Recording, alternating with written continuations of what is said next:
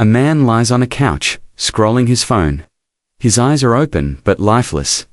You're not in pain, you're not in danger, but still, something feels wrong.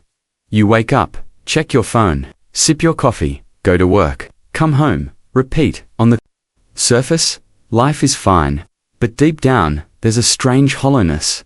Not suffering, but numbness. Not struggle, but stagnation. And here's the terrifying part.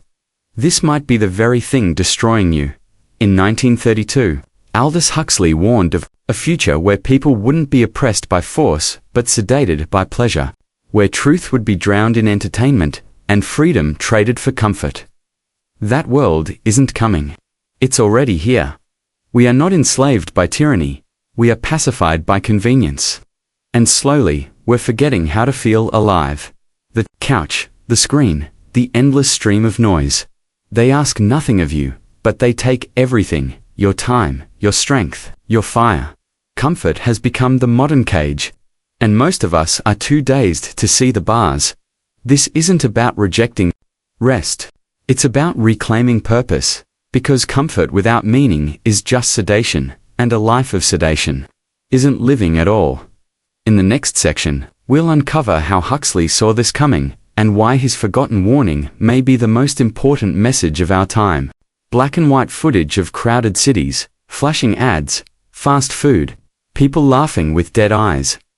When most people think of dystopia, they imagine boots, guns, and control. But Huxley imagined something different, something more subtle, and far more lethal. In Brave New World, the future wasn't ruled by fear, but by pleasure. No dictators barking orders, no mass surveillance, just endless entertainment. Sex without love, food without hunger, joy without meaning. And this is what made it so terrifying. People didn't rebel because they didn't want to. They were too busy feeling good. And here we are now, nearly a century later. Everything Huxley warned about is in your pocket.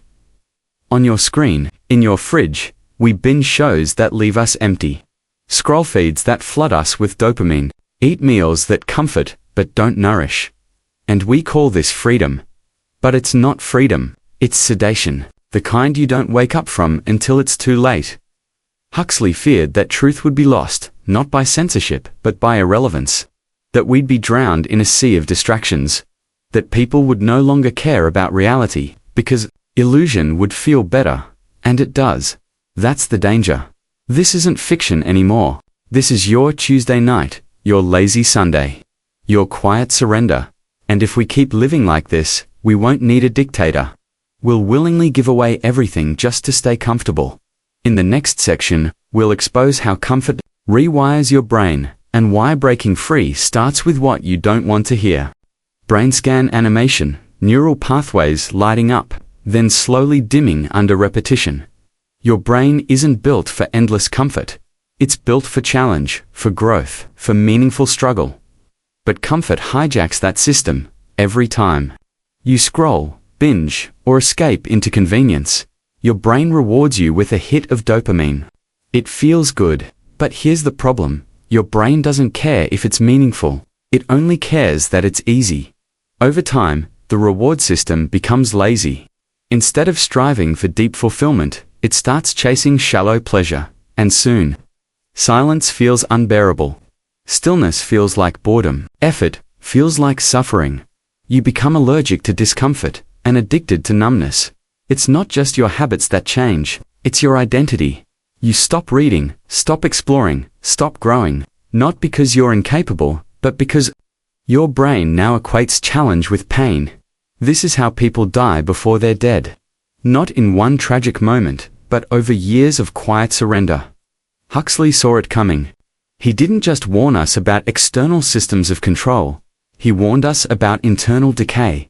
Because when comfort becomes your master, your potential becomes irrelevant. The greatest tragedy of our time isn't chaos. It's comfort without character, ease without effort. A life that feels fine but is spiritually bankrupt. In the final section, we'll break the illusion and show you how to reclaim the one thing comfort quietly steals your will to live on purpose. A lone figure standing at the edge of a cliff at sunrise, wind, light, raw silence. There's a reason you feel uneasy in all this comfort. It's not because something is wrong with you, it's because something inside you still remembers. The hunger, the fire, the part of you that didn't come here to feel safe, but to feel alive. You weren't born for sedation. You were born for friction.